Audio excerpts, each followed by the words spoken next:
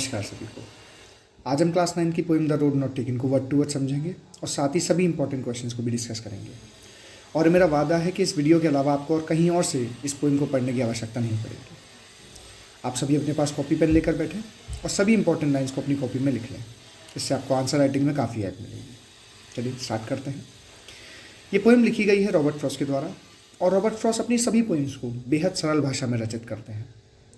जीवन की बहुत छोटी छोटी एक्टिविटीज़ में छुपे बहुत बड़े पहलू को बहुत खूबसूरती से समझाते हैं, जो स्टूडेंट्स को गाइड भी करती हैं और मोटिवेट भी करती हैं। इससे ज़्यादातर हर क्लास के अंदर में रॉबर्ट फ्रॉस्ट की पोइम्स को रखा जाता है। ये पोइम आप सभी को अपने जीवन में डिसीजन मेकिंग में बहुत मदद करने वाली है।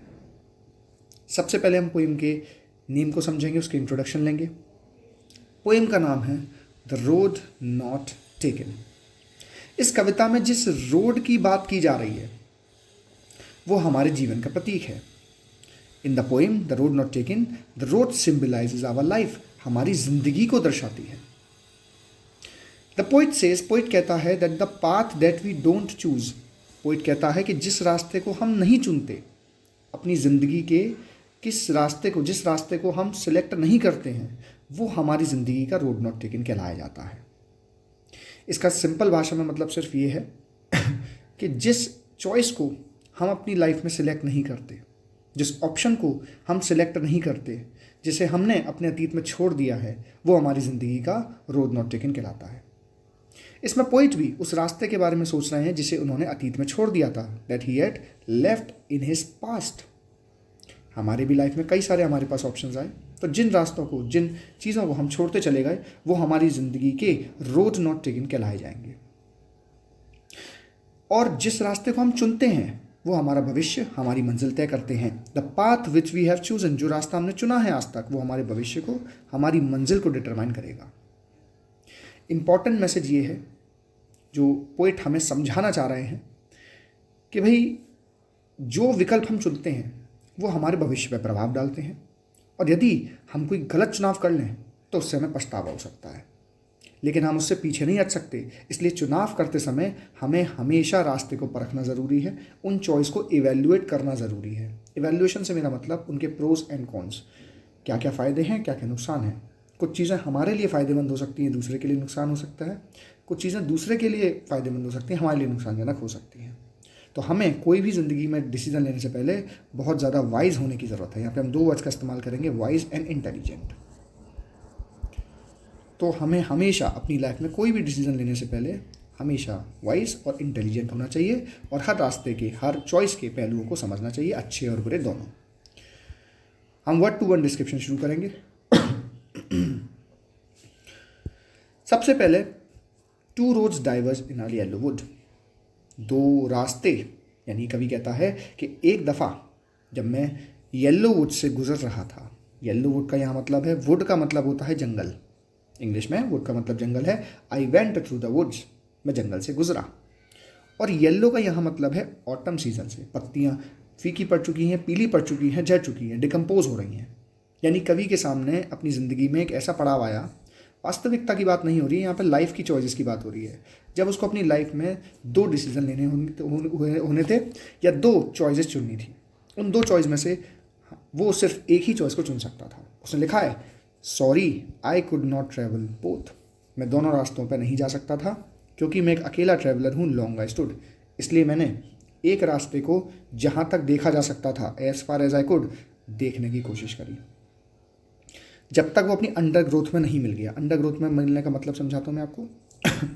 यदि हम किसी रास्ते को देखेंगे जो आगे से मुड़ रहा है और यहाँ खड़े होकर अगर देख रहे हैं तो हम एक लिमिटेड जगह तक ही देख सकते हैं। उसके बाद अगर ये जो पेड़ पौधे आ जाएंगे, उससे इलाका क्या हो जाएगा, हमारे विजन से हिडन हो जाएगा, हम इसको देख नहीं पाएंगे। तो अब मैं इसका वर्ड टू वर्ड एक्सप्लेन करूँगा आपको मीनिंग, और आप सभी लोग इसको आंसर राइटिंग में इस्तेमाल करेंगे। कई बार हमारे साथ होता है, हम पोएम समझ तो लेते हैं लेकिन आंसर्स में हमारे मार्क्स नहीं आ पाते। मैं कोशिश करूँगा आपको मार्क्स में काफ़ी हेल्प मिले। सबसे पहले वर्ड्स का मतलब समझते हैं। डाइवर्स का मतलब होता है separated and took different directions. जो पोइट था वो फोर्क पर खड़ा था, जब दो रास्तों के बीच में ये जो पेन हिस्सा है इसको फोर्क कहते हैं। आंसर राइटिंग में हेल्प मिलेगी। और डाइवर्स का मतलब होता है दो दिशाओं में बट जाना। येलो वुड का मतलब है एक ऐसा जंगल जिसकी पत्तियाँ डिकम्पोज हो रही हैं, झड़ रही हैं, पीली पड़ चुकी हैं। ये हमें ऑटम सीजन के बारे में बताता है। अंडरग्रोथ का मतलब है ऐसा डेंस फॉरेस्ट जो आगे जाकर क्या हुआ भाई, मुड़ गया है, जिसके बाद से रास्ता देखना मुश्किल हो रहा है। तो ये लिखना क्या चाह रहे हैं पोएम, ये वाकई में किसी रास्ते की बात हो रही है या जीवन के किसी पहलू को समझाना चाह रहे हैं? तो अब हम इसको वर्ड टू वर्ड समझेंगे, ध्यान से सुनिएगा। Once the poet was walking down a road, एक समय पोइट सड़क पर जा रहा था जब उसके सामने रास्ते दो भागों में बटे। वो दो अलग अलग रास्ते थे और उसमें से उसे किसी एक को चुनना था।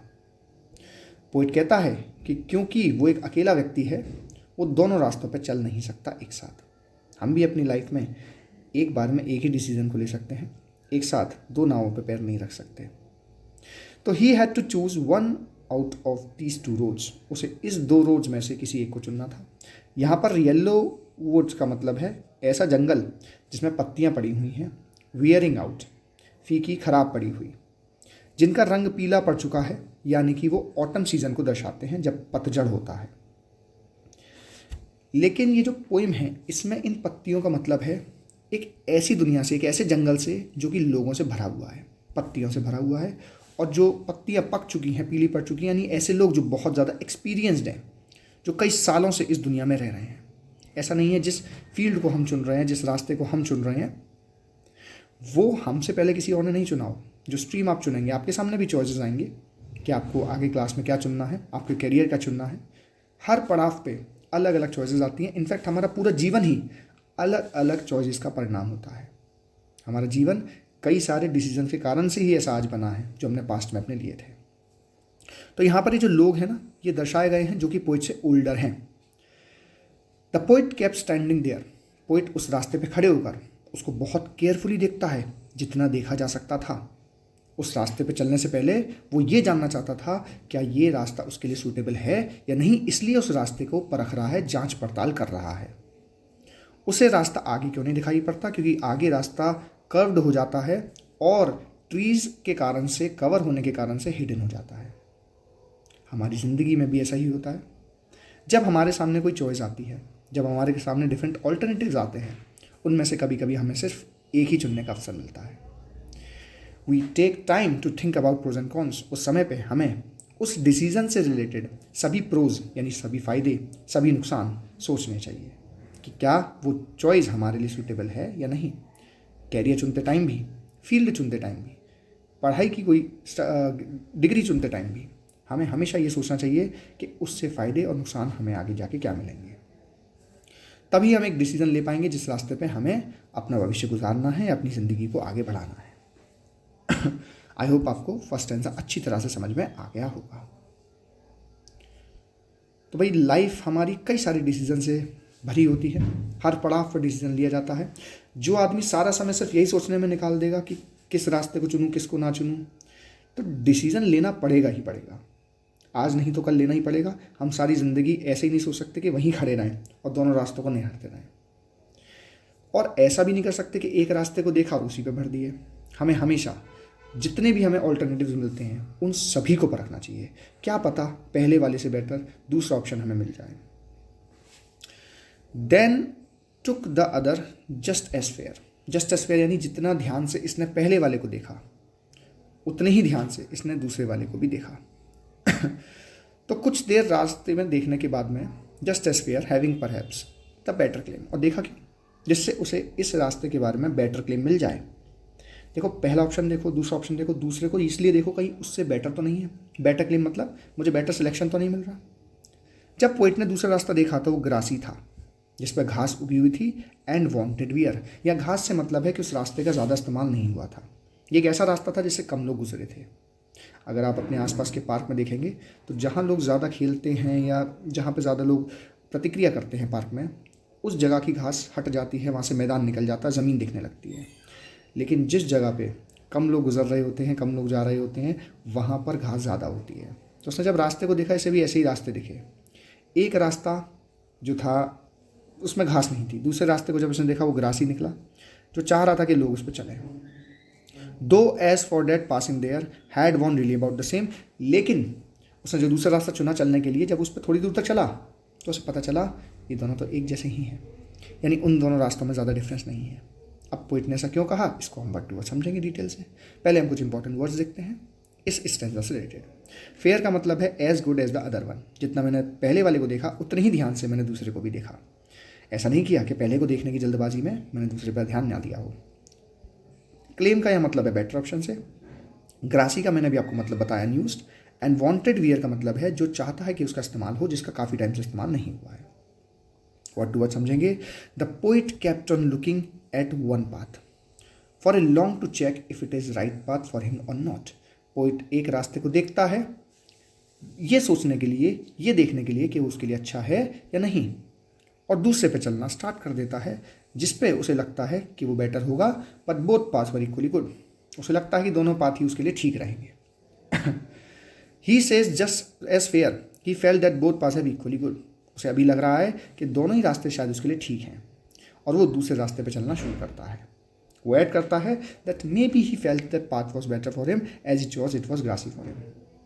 जो दूसरा रास्ता चुनता है, पोइट को ऐसा लगता है, पोइट को सोचने में लगता है कि जो रास्ता मैं चुन रहा हूँ जिस पर घास उगी हुई है, वो रास्ता शायद मेरे लिए ज़्यादा बेटर है क्योंकि वो अनयूज्ड है। ज़्यादा लोग इस रास्ते से गुजरे नहीं हैं क्योंकि इस पर अभी भी घास उगी हुई है, और ये रास्ता वांटेड वियर है। मीन्स इसका मतलब याद रखेंगे सभी लोग, लिखेंगे कॉपी में अपनी। It was not walked over by many people. कई लोगों के द्वारा, काफ़ी लोगों के द्वारा ये रास्ता चला हुआ नहीं है, और ये कुछ दूरी तक उस रास्ते पर चलता है। तब आगे जाके उसे रियलाइज़ होता है कि ये रास्ता तो वैसा ही है जैसा पहले वाला रास्ता था। दोनों ही रास्ते एक जैसे ही वॉर्न आउट हुए हैं। हमारी लाइफ में भी हमें लगता है कि हमने तो एक ऐसा ऑप्शन चुन लिया जो हमारे लिए बहुत बेटर है। हमने पहला क्लेम छोड़ दिया, ये वाला ज़्यादा बेटर लग रहा है, लेकिन ऐसा नहीं होता।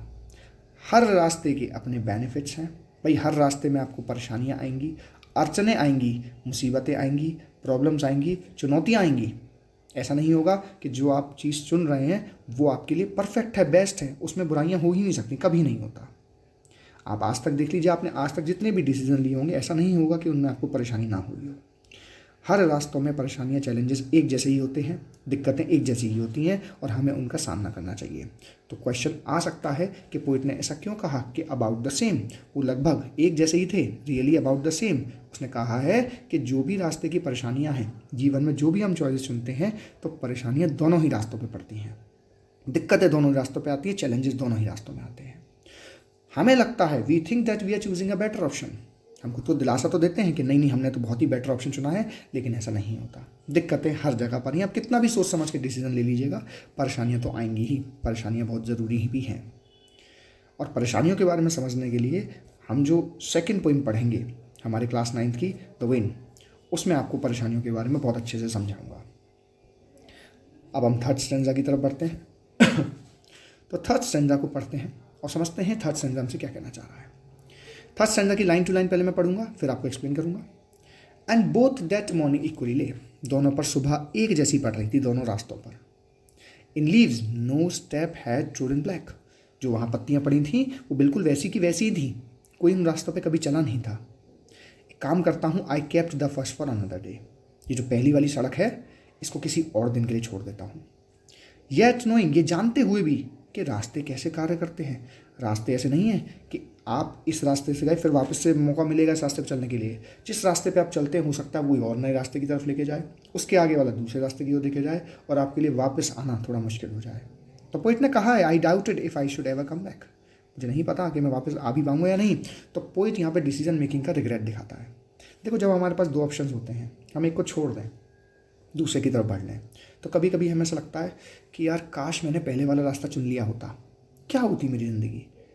कभी कभी हम सोचते हैं कि चलो अभी ये सिलेक्ट कर लेते हैं, बाद में आकर इसको चुनेंगे, लेकिन रास्ते ऐसे काम नहीं करते, जीवन ऐसे काम नहीं करता। जो आप आज डिसीजन ले रहे हैं वो आपको आगे रास्ते पर लेकर चला जाएगा। शायद ही आपको दूसरा मौका मिले पहले रास्ते पर चलने का, उस चॉइस को वापस से जीने का। तो यार ट्रोडन का पहले मतलब समझते हैं। ट्रोडन मतलब होता है मीन्स वॉकड ओवर, चला हुआ। तो ये स्टैंजा हमारे लिए इंपॉर्टेंट है। तो ये कहता है, पोइट कहता है कि दोनों रास्ते, both the paths were similar that morning. उस सुबह दोनों रास्ते एक जैसे थे, दोनों पे पत्तियां पड़ी थी, और कोई उन पत्तियों से नहीं गुजरा था क्योंकि वो अभी भी ग्रीन थी, एज इट इज़ पड़ी हुई थी।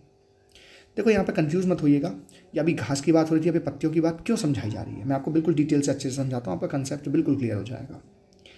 जहाँ अभी ये पोइट खड़ा हुआ है उसके सामने ज़िंदगी के दो डिसीजन हैं।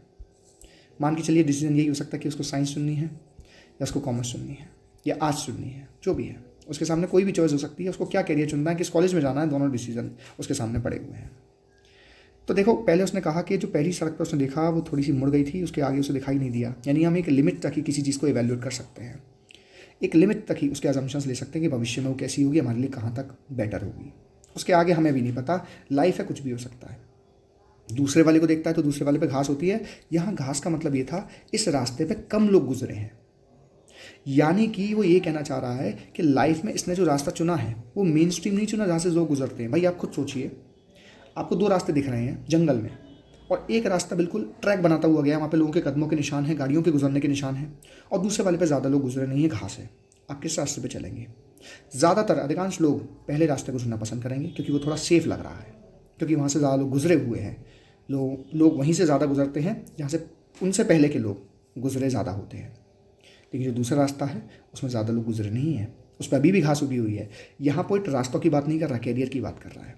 देखिए, पोइट है, उसने अपनी ज़िंदगी में चॉइस चुनी कि मैं एक पोइट बनूं, जो हर कोई नहीं चुनता। वो चाहता है क्लर्क बन जाता, बिजनेसमैन बन जाता, बैंकर बन जाता, बहुत से ऑप्शन थे, लेकिन उसने एक ऐसा लाइन चुना जो अधिकांश लोग नहीं चुनते। देखिए, फाइनेंशियली पोइट बहुत ज़्यादा स्ट्रांग नहीं होते हैं, तो ये एक ऐसा कैरियर है जो हर कोई नहीं चुनेगा, बहुत ही रेयर ही लोग होंगे जो पोइट बनेंगे। तो ये कहना चाह रहा था, इस घास से दर्शाना चाह रहा था, जब घास की बात हो रही थी, कि मैंने वो रास्ता चुना जो कम लोगों के द्वारा चुना जाता है। ठीक है। और पत्तियों की बात जो हो रही है कि पत्तियां दोनों पे सुबह एक जैसी है, पत्तियां एक जैसी पड़ी हुई हैं, इससे पता चलता है इन रास्तों पे कभी कोई चला नहीं है। वो ये कहना चाह रहा है कि जिस मार्ग पे मैं जा रहा हूँ, जैसा मेरा जीवन है, जैसे मेरे सर्कमस्टेंसेस है, ऐसे किसी ने नहीं झेले होंगे। ऐसा और दुनिया में कोई पहले नहीं हुआ होगा जिसने सेम वही लाइफ जी है जो मैंने जी है, और ना भविष्य में कोई ऐसा व्यक्ति होगा जो लाइफ मैं जी रहा हूँ as it is same to same जिए। देखो, हमसे पहले भी, इनसे पहले भी पोइट आए होंगे, कई सारे पोइट इनके बाद भी आए हैं, लेकिन जो रास्ता रॉबर्ट फ्रॉस्ट ने जिया वो तो किसी ने नहीं जिया ना। तो यहाँ पत्तियों से मतलब है कि जो रास्ता आपकी लाइफ में होता है, आपकी लाइफ आज तक जैसी रही, आगे जैसी होगी, same to same exact life तो कोई नहीं जिएगा। हाँ, आपके जैसा करियर 10 लोग चुन लेंगे, लेकिन आपकी जैसी ज़िंदगी, आपके जैसे हालात, वो किसी के सेम नहीं होंगे। तो यहाँ पत्तियों से मतलब उन्होंने कहा है कि सुबह एक जैसी है और पत्तियाँ उस पर एज इट इज़ पड़ी हुई हैं, इसका मतलब है कोई उससे गुजरा नहीं है। मैं पहले रास्ते पे कभी और चलूँगा। He decided that the day he would take one path and keep the other path for another day. दूसरा रास्ता वो किसी और दिन के लिए छोड़ता है। वो जानता है रास्ते कैसे काम करते हैं, उसे मालूम है कहीं ना कहीं कि he could not go back on the choice he had made. शायद इस चॉइस को चुनने के बाद में, दूसरा रास्ता चुनने के बाद में, पहले रास्ते पे आने का उसको मौका ना मिले। सिमिलरली इन आवर लाइफ, हमारी ज़िंदगी में भी ऐसा होता है। वी चूज़ एन ऑप्शन, हम कोई ऑप्शन चुने, we must keep on moving, हमें उसमें आगे बढ़ना चाहिए with that option, and we never get a chance to come back. और शायद हम वापस से जहाँ हमने शुरू किया था, जहाँ हमें चॉइस मिली थी, उस तक वापस ना आ पाए। And take the other option that we had left earlier, और कभी हमें जो ऑप्शन हमने छोड़ा था उसको वापस से भोगने का, जीने का अवसर ना प्रदान हो। चौथे स्टैंजे में अब जो पोइट है वो रेट्रोस्पेक्ट कर रहा है। रेट्रोस्पेक्ट मतलब होता है आगे जाकर अपनी लाइफ को बैक में देखना, पास में देखना। तो रॉबर्ट फ्रॉस्ट कहता है, I shall be telling with the sigh, मैं गहरी सांस भरकर ये कह रहा हूँगा, somewhere ages and ages, hence आने वाले समय में, हेंस का मतलब होता है आने वाला समय, एगो मतलब होता है पुराना समय, एजेस का यहाँ मतलब है काफ़ी टाइम बीत चुका है। मैं कहूँगा भविष्य में जब मैं बैठा हूँगा अपने कमरे में, चाय की चुस्की ले रहा हूँगा, ज़रूर मैं सोचूंगा कि मेरे सामने दो चॉइस आई थी जब मैं जंगल में था, और मैंने वो रास्ता चुना जो कम लोगों के द्वारा चला जाता है, और आज मेरी ज़िंदगी उसी के कारण से परिवर्तित है, डिफरेंस है। देखो, सीधी बात है, जो आप लाइफ में चुनेंगे वो आपकी आगे की लाइफ डिटरमाइन करेगा, और वो कुछ भी हो सकता है। यहाँ पर रॉबर्ट फ्रॉस्ट अपने आप के बारे में कह रहा है कि मैंने उस टाइम पर जो ऑप्शन चुना पोइट बनने का, उसी से मेरी ज़िंदगी में इतना बड़ा परिवर्तन आया। उसने ही सारा, एक सिंगल चॉइस ने लाइफ पे इतना गहरा प्रभाव डाला कि आज हम रॉबर्ट फ्रॉस्ट के बारे में पढ़ रहे हैं। शायद रॉबर्ट फ्रॉस्ट कुछ और बनते और हम उनके बारे में आज नहीं पढ़ रहे होते, लेकिन उन्होंने पोइट बनने का डिसीजन लिया, हम आज उनके बारे में पढ़ पा रहे हैं।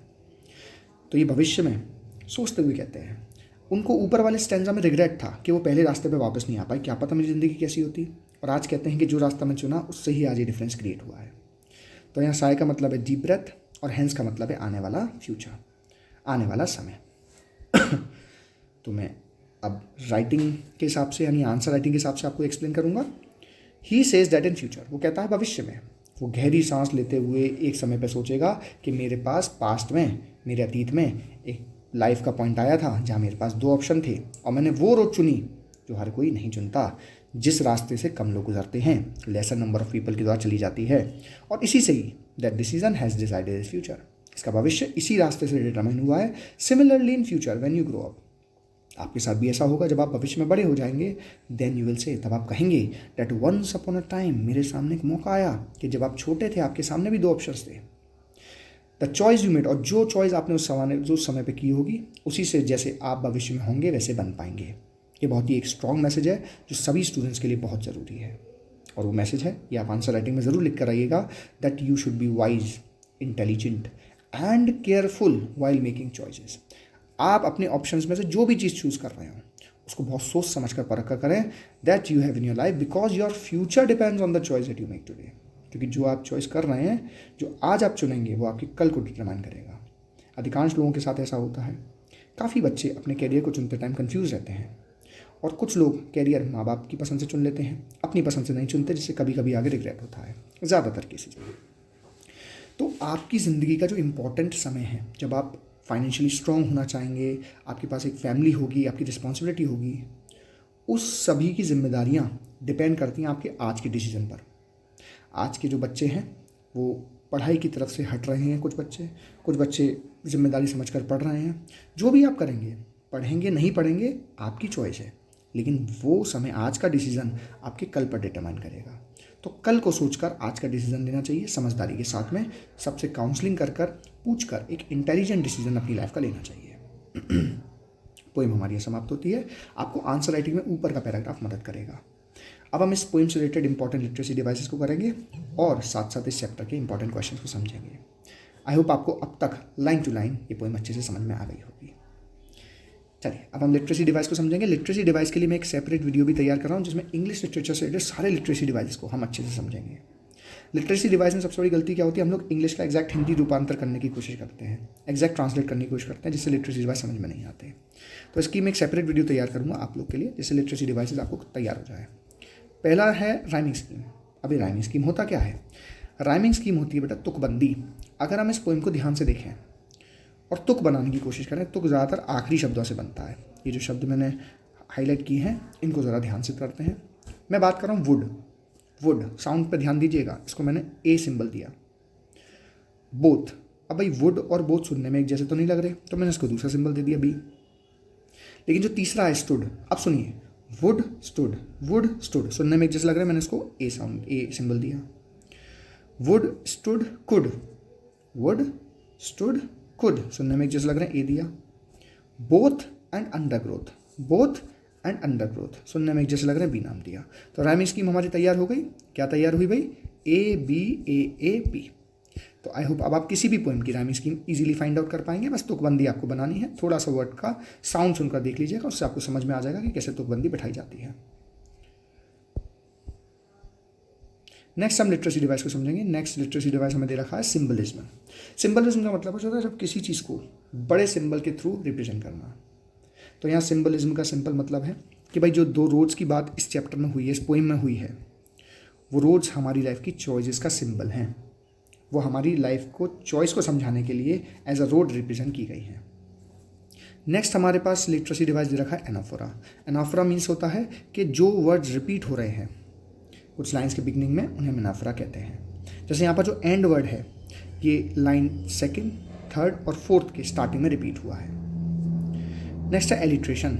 एग्जैक्ट हिंदी कहूँ तो अनुप्रास, जिसमें स्टार्टिंग का जो साउंड है, जैसे वांटेड वियर, इसमें WW साउंड रिपीट हुई है, इसमें एलिट्रेशन है। First for, F sound repeat हुआ है, एलिट्रेशन है। दो दैट, TH साउंड रिपीट हुई है, एलिट्रेशन है। रिपीटिशन तब यूज़ होता है जब वर्ड्स या सेंटेंसेस बार बार पोइम में रिपीट किए जाए। तो एजिस वर्ड जो है वो बार बार इस पोइम में रिपीट किया गया है। और जो 2 रोज डाइवर्ज इन अ वुड, ये पहले स्टेंजा में भी है और 4th स्टेंजा में भी रिपीट की गई है। तो इसमें रिपीटिशन लिटरेसी डिवाइस आया है। कुछ लिटरेसी डिवाइसेस और भी हम पढ़ेंगे जो क्वेश्चंस के बीच में हम देखेंगे। अब हम रोड नॉट टेकन के NCERT क्वेश्चंस को समझेंगे और NCERT सॉल्यूशन पढ़ के हमें एक इंसाइट मिलेगा कि हमें चैप्टर से क्या क्या सीखने की ज़रूरत है। सबसे पहले हम क्वेश्चन को समझेंगे कि where does the traveller find himself. तो रॉबर्ट फ्रॉस्ट हैं जो ट्रैवलर हैं, वो खुद को कहाँ पाते हैं, क्या दिक्कत उनके सामने आती है। तो इसका आंसर होगा, और आप साथ साथ लिखते भी चलिएगा, the traveller find himself standing on A fork on a path. मैंने आपको फॉर्क वर्ड का मतलब बताया है, जिस पॉइंट से दो रास्ते बट जाते हैं उसे फॉर्क कहा गया है। और उनके सामने प्रॉब्लम क्या है कि उनको उनमें से कोई एक रास्ता चुनना है, और उन्हें दिक्कत आ रही है कौन सा रास्ता वो अपने लिए बेटर मानकर चुने। आगे फेजेस को एक्सप्लेन करना है कि येलो वुड का क्या मतलब है। तो येलो वुड का यहाँ जो मतलब था वो था ऐसा फॉरेस्ट जिसकी पत्तियाँ which has withering leaves, decomposing, गिरी हुई टूटी हुई लीव्स हैं, और सीजन ऑफ ऑटम, पतझड़ का मौसम भी इसमें समझाया गया है। और ये जो पत्तियां हैं ये लोगों को रिप्रेजेंट करता है, यानी कि the world which is full of ageing people, जहाँ पे बूढ़े लोग, बड़े लोग जो उम्र में पोइट से ज़्यादा एक्सपीरियंसड एंड वाइज हैं, वो रास्ते पर चले हुए हैं। Next, it was grassy and wanted wear. जो दूसरा रास्ता पोइट देखता है जो कि ग्रासी यानी जिस पर घास उगी होती है, एंड वॉन्टेड वियर। इसका क्या अर्थ है? इसका अर्थ है, याद करेंगे सभी, लिखेंगे, the path had a lot of grass on it, कि रास्ते पर काफ़ी घास उगी हुई है। इसका मतलब ये है कि उस रास्ते पे ज़्यादा लोग चले नहीं हैं। It had to be worn out by steps of the people who walked on it. उस पर जब लोग चलते तो उसे वॉर्न आउट कर देते, तो रास्ता वॉन्टेड वियर, चाहता है लोग उस पर चलें लेकिन लोग उस पर चले नहीं हैं। और पासिंग देयर का मतलब है वहाँ से गुजरते हुए वक्त। It means that when walked over the path he had chosen, कि पासिंग देयर का मतलब होता है जिस रास्ते को उसने चुना उस पर आगे बढ़ना, चलना उस रास्ते पर। ये हमारे एनसीईआरटी क्वेश्चंस थे। अब हम एक्सट्रैक्ट बेस्ड क्वेश्चंस करेंगे, यानी हर एक स्टैंजा से रिलेटेड जो भी क्वेश्चंस पूछे जा सकते हैं उस सब को हम एक एक करके डिस्कस करेंगे। तो सबसे पहले हम एक्सट्रैक्ट को समझेंगे। एक्सट्रैक्ट हमें, ठीक है, ये लास्ट एक्सट्रैक्ट से क्वेश्चन है। I shall be telling this with a sigh, कि मैं भविष्य में कभी खुद से कह रहा हूँगा कि बहुत ज़माने पहले मेरे पास ऑप्शंस आए थे जब मैं वुड में था, यानी कि फॉरेस्ट में था, और मैंने वो रास्ता चुना जो कि कम लोगों के द्वारा ट्रैवल किया जाता है, और उसी से मेरी लाइफ में डिफरेंस आया है। तो क्वेश्चन है, व्हाट विल द नरेटर से विद अ साय, वो क्या कहेगा। आप लोग वीडियो पॉज करते करते ऑप्शंस पढ़ते चलिए और उसमें से सही को मार्क करने की कोशिश कीजिए। हम सारे इसके सारे ठीक ठीक क्वेश्चंस को डिस्कस करते चल रहे हैं। तो हमारे लिए वो आंसर होगा second, B option. B option कह रहा है the narrator will tell people, narrator लोगों से कहेगा अबाउट द फॉर्क, कि उसके सामने क्या कंडीशन आई, क्या रास्ता आया था, कब उसे चॉइस करनी पड़ी थी, और उन्हीं चॉइस के कारण से उसकी लाइफ में डिफरेंस आया है। तो ये आप आंसर राइटिंग में भी इस्तेमाल कर सकते हैं और एमसीक्यू में भी क्वेश्चन पूछे जा सकते हैं। पोइम की थीम क्या है, पोइम आखिर बेसिकली किस बारे में है। तो पोइम की सिंपल थीम है, the theme of the poem is that we have to make choice in our life. हमें अपनी ज़िंदगी में चॉइसेस, डिसीजन, निर्णय लेने पड़ते हैं और वही फाइनल होते हैं। हम वापस जाकर उसके अलावा कोई डिसीजन नहीं चुन सकते। एक बार जिस रास्ते पे हम चलते हैं उसी पे हमें आगे बढ़ना पड़ता है। तो किस प्रकार का पोइटिक डिवाइस इस्तेमाल किया गया है to express the dilemma of making choice. Dilemma means होता है कन्फ्यूजन, डायलेमा मीन्स कन्फ्यूजन। तो क्या कन्फ्यूजन उसके सामने आता है चॉइस करते टाइम, उसमें कौन सा मेटाफर इस्तेमाल किया गया है। तो जो मेटाफर है वो है डाइवर्जिंग रोड्स, यानी चॉइसेस को जिससे कंपेयर किया गया है वो हैं सड़कें। जिस प्रकार से हमारी लाइफ में चॉइसेस आती हैं उसी प्रकार से रास्तों में सड़कें आती हैं, तो उसको कंपेयर किया गया है। अब ये मेटाफर का एक्चुअल मतलब क्या है वो मैं सेपरेट वीडियो में समझाऊंगा, लेकिन अभी थोड़ा सा आपको ग्लिम्स देता हूँ। जब हम किसी चीज़ को कंपेयर करते हैं उनके बीच की कोई सिमिलैरिटी नहीं बताकर सिर्फ कंपैरिजन करते हैं, उसमें हम मेटाफर का इस्तेमाल करते हैं। जैसे मान के चलिए मेरा एक दोस्त है और मैंने कहा कि वो मेरी टीम का सचिन है, my friend is a Sachin of our team. तो मैंने ये नहीं कहा कि वो सचिन की तरह स्ट्रेट ड्राइव मारता है या सचिन की तरह उसकी पर्सनैलिटी है। मैंने सिर्फ कहा कि वो हमारी टीम का सचिन है। मैंने सिर्फ उसे कंपेयर किया without any single common feature, उसमें मेटाफर का इस्तेमाल होगा। तो जब हम वर्ब्स की मदद से किसी को कंपेयर करते हैं तो उसमें मेटाफर का इस्तेमाल किया जाता है। पोएट की टोन क्या है, हम लिटरेसी डिवाइस वाली वीडियो में टोन्स को भी समझेंगे। तो पोएट की टोन क्या है इस स्टैंजा के अंदर में, तो रिफ्लेक्टिव। रिफ्लेक्टिव का मतलब होता है कोई समय जीने के बाद में जब आप उसे फिर से रिट्रोस्पेक्ट करते हैं, पीछे देखते हैं, तो आप उस पर अपना रिफ्लेक्शन यानी कि अपना दर्पण देखते हैं।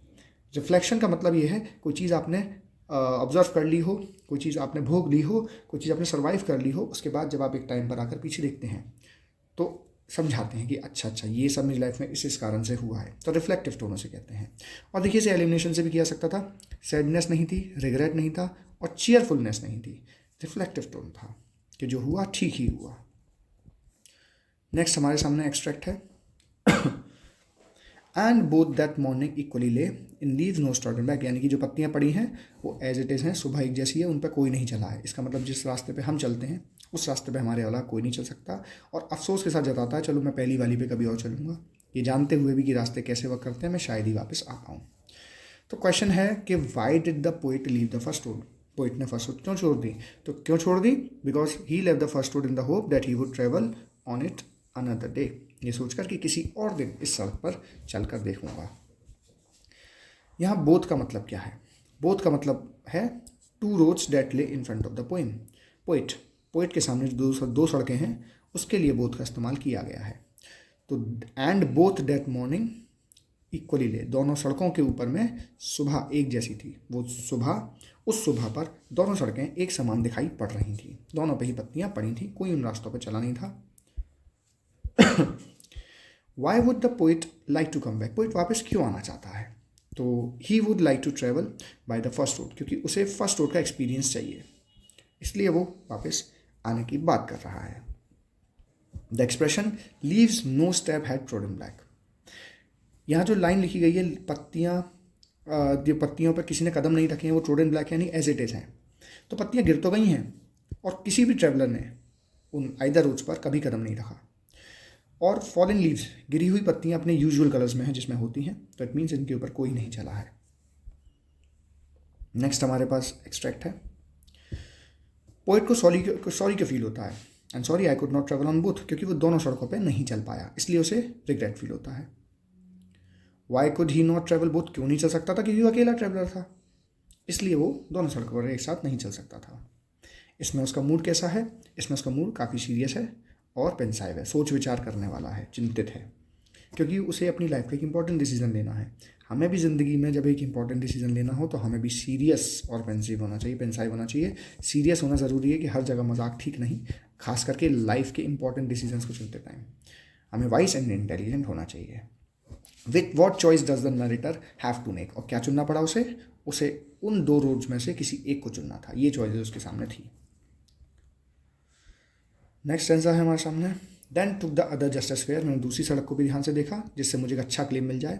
उस पर घास थी और वो चाहती थी कि लोग उस पर चलें, ज़्यादा लोग उस पर चले नहीं थे, और थोड़ी दूर चलने के बाद मुझे पता चला कि दोनों सड़कें लगभग एक जैसी हैं, कोई ज़्यादा डिफरेंस नहीं है। तो क्वेश्चन है कि how was the other road कैसी थी? तो it was as fair as the first one जैसी थी, बस उस पर क्या थी, थोड़ी सी घास थी और वो कम इस्तेमाल में आई थी। The second road presented a better claim, उसे सेकेंड वाली सड़क उसे बेटर क्लेम क्यों लगा, यानी पोइट को सेकेंड ऑप्शन अपने लिए बेटर क्यों लगा? बिकॉज वो अभी भी ग्रासी है और उस पर ज़्यादा ट्रेवलर नहीं चले हैं। तो अकॉर्डिंग टू पोइट उसको लगता था कि ये रोड उसके लिए बेटर है, ये सड़क उसको बेटर क्लेम लगा अपनी आगे की जर्नी के लिए। इस पोइम की राइमिंग स्कीम हम ऑलरेडी समझ चुके हैं।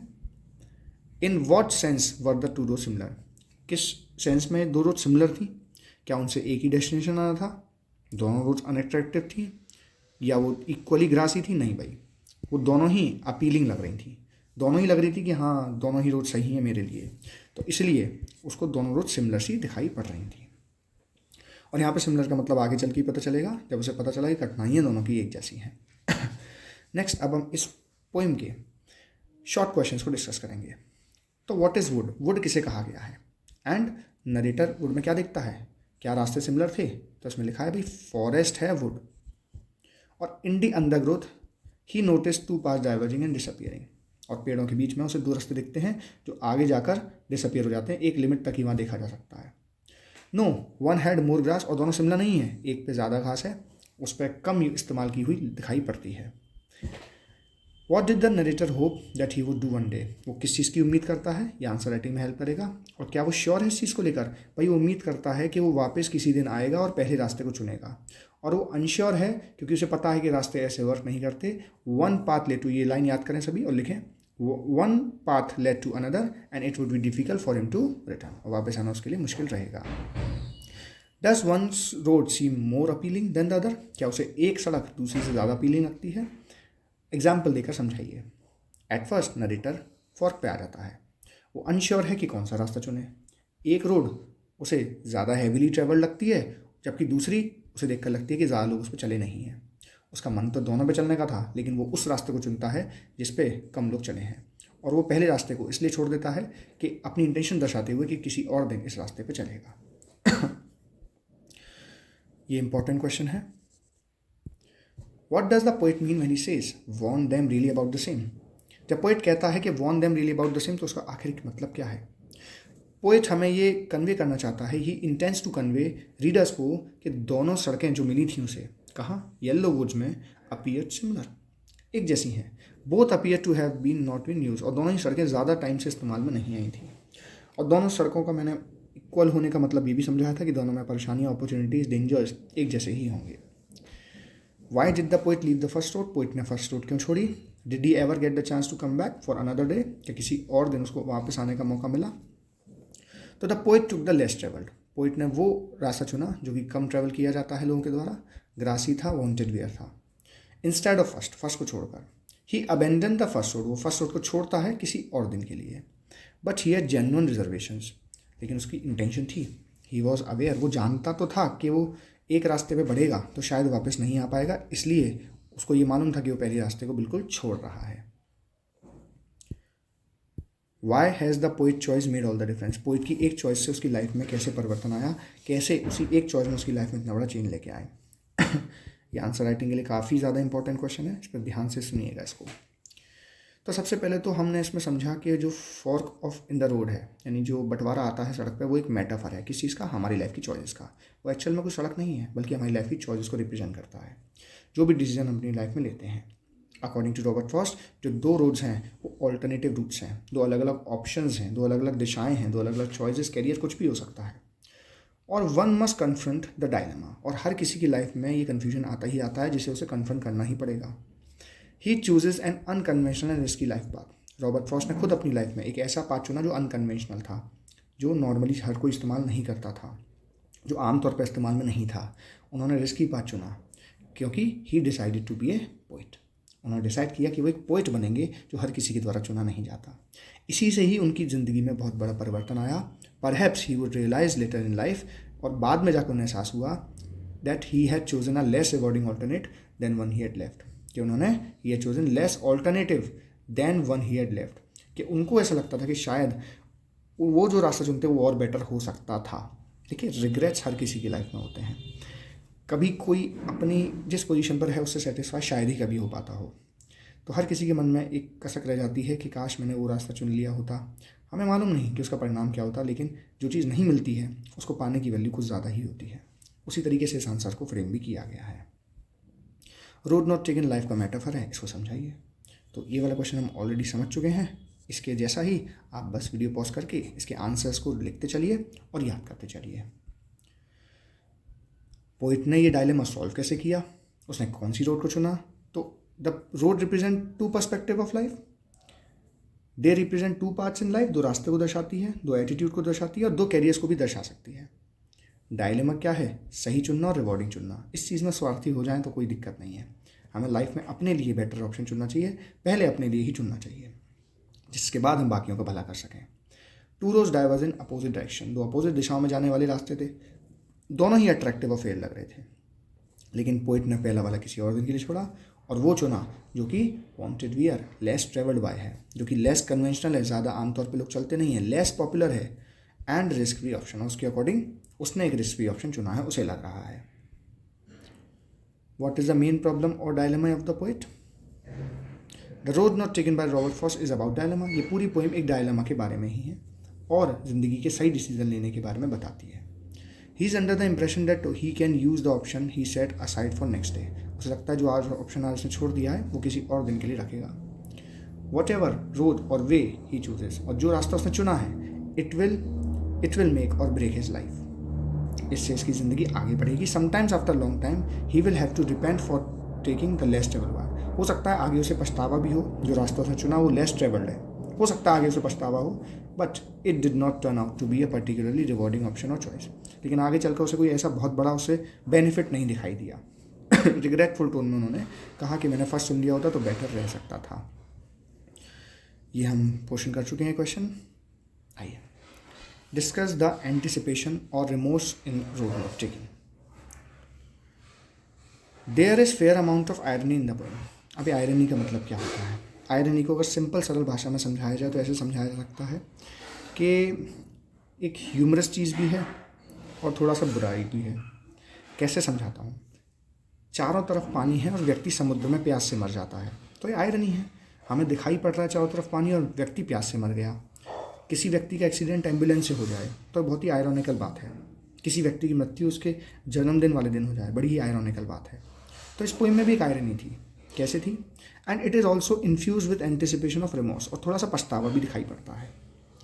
इस पोइम का टाइटल है द रोड नॉट टेकन, या ऐसी सड़क जो कम लोगों के द्वारा चली जाती है। Even he makes a decision, भले ही उसने डिसीजन लिया, एक ऐसा decision he is force to make if he does not want to stand for ever. और वो डिसीजन लेना उसके लिए इसलिए ज़रूरी पड़ गया क्योंकि अगर वो डिसीजन नहीं लेता तो वहीं खड़ा रह जाता, और उसके पास कोई भी उसे गाइड करने के लिए नहीं था। वो एक अकेला ट्रैवलर था। The speaker knows he will regret it later. Speaker को पता था कि आगे चलकर उसे रिग्रेट कर सकता है, और at the very least he will wonder what irrecoverably lost. और आगे चल के शायद सोचे कि जो रास्ता उसने छोड़ा है उससे उसने क्या क्या चीज़ें लॉस्ट करी हैं। The impossible, the unknowable other path, क्योंकि दूसरा रास्ता उसे पता नहीं। However the decision's nature is such that there is no right path. और ये पोएम इसीलिए लिखी गई है कि भाई कोई सही रास्ता नहीं होता। कोई भी आप सोच रहे हैं कि आप परफेक्ट रास्ता चुन रहे हैं, कभी नहीं हो सकता। आप सेटिस्फाई किसी से नहीं होंगे। Only the chosen path and the other path. आप कुछ भी चुन लें, चुना हुआ है छोड़ा हुआ, दोनों पाथ एक जैसे ही रहते हैं। The road less travelled is a fiction that the poet speaker will later invent in order to polarise his past. ये जो पोइट ने ये जो पोएम लिखी, ये अपने पास्ट एक्सपीरियंस को पोलराइज करने के लिए लिखा है। He give himself more agency than he actually had.